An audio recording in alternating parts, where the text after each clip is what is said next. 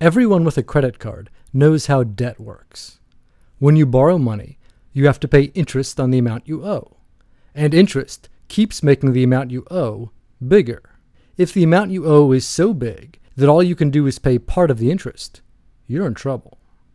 In a nutshell, this is the problem facing pretty much every government in the world.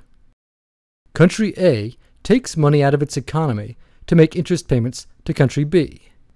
This means Country A's economy contracts. People lose their jobs and stop paying taxes. In order to keep making debt payments, Country A then has to take out more loans, and the debt burden gets bigger. Here's the bizarre part. Even if Country B also owes money to Country A and turns right around and makes a payment to Country A, they're both still getting poorer because interest keeps making their debts bigger. Inevitably, fiscal conservatives start demanding that their governments cut spending on things like social services, infrastructure, and education in order to keep making debt payments. When that happens, the people who live in these countries get upset that the government isn't doing anything for them, and instead sending a tremendous amount of money to foreigners. They then get angry at two sets of people, foreigners and the government. And that's about the time the real unpleasantness begins.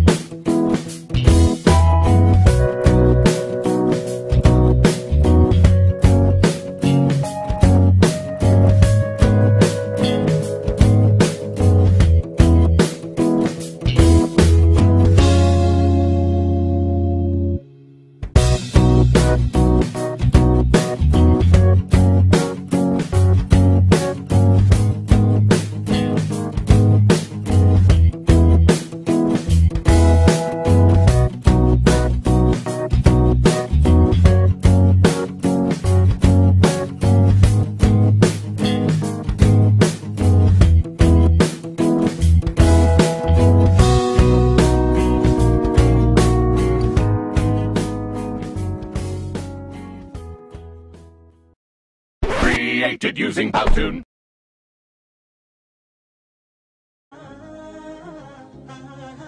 Allah subhanahu wa ta'ala says in the Quran, Ya ayyuhalladhina amanu wattaqullaha wa dharu ma baqiya min al-riba in kuntum mu'minin.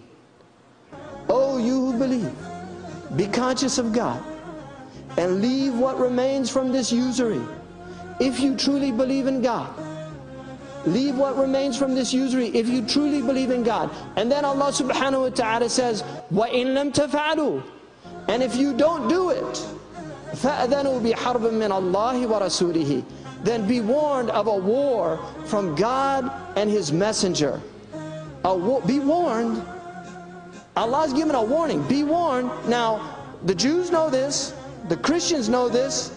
It wasn't until 1832 that the Catholic Church started permitting this stuff. They knew it. It's in their books. It's in the Torah.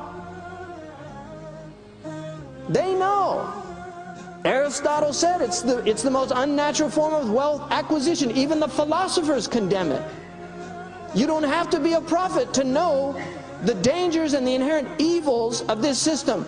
But wallahi, thumma wallahi, if you want to understand this situation, this is just one skirmish in a war that God has declared on a system that is unjust, that deprives people of their wealth, deprives people of their businesses, deprives people of their homes with usury. Everything foul comes to be. And that's why Muslims, they read these hadiths about the usury and they wonder, what's going on?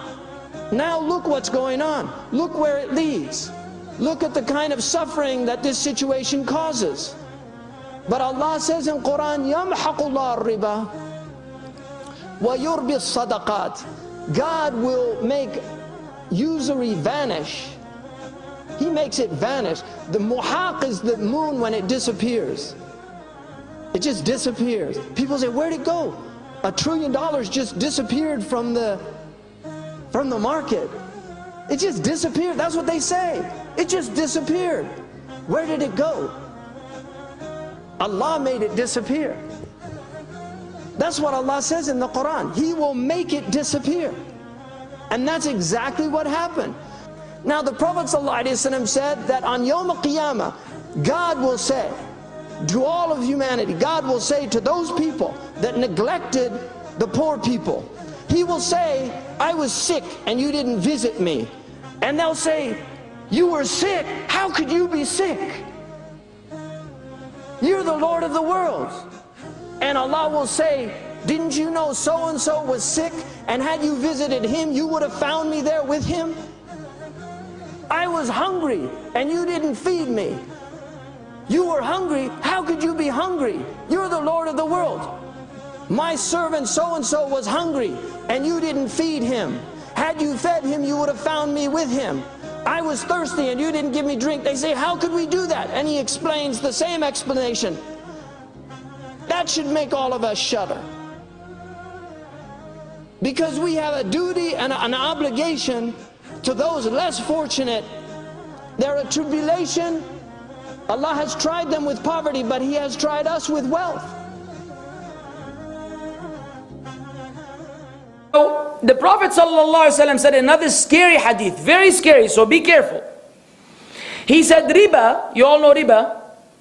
Everybody knows riba? No need to translate? Good. Riba is 72 doors. It has 72 entrances. You can get involved in riba in 72 different ways. Many different ways that will lead you to riba. We are seeing many of them today. Listen to this now. The least of these 72 is like a man having relations with his mother. You know how abhorrent that is?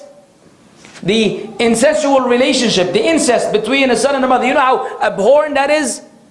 The least of the riba, of the 72, the least is equal to that. Tell this to the people that be doing with riba day and night. I need a loan and I took a loan and you know, my school, brother, university, I got to finish my education, blah, blah, blah. The list goes on the expense of dealing with one of the biggest crimes in Islam, where Allah promised the person that war will be waged against him. فَأَذَنُوا بِحَرْبٍ مِّنَ اللَّهِ وَرَسُولِهِ. Prepare yourself for war from Allah and His Messenger, for the one who deals with riba. Now, you see how severe that is. The least is equal to a person having relations with his mother. However, وَإِنَّ أَرْبَ الرِّبَى إِسْتِطَالَةُ الرَّجُلِ فِي عِرْضِ أَخِيهِ. Allahu al-Musta'an. And the greatest form of riba is that a person goes to extreme in dishonoring his Muslim brother. Yani the least is like having relations with one's mother, and the greatest form of riba above the 72 is when you get a Muslim and you nail him down and you dishonor him when he's not deserving of it. Because we will have, you all know the exceptions, wouldn't have to repeat them in every lecture. People of innovation, people of this and that, they are not treated the same as the regular Sunni Muslim. This is something that is part and parcel of our deen. It is referenced and endorsed by the Quran and the Sunnah, the understanding of the Sahaba, and all the ulama until today. Exceptions are made for particular individuals. But generally speaking, someone who is not in that area, or someone who may deserve a little bit, but you go to extreme in doing that, this is the greatest form of riba.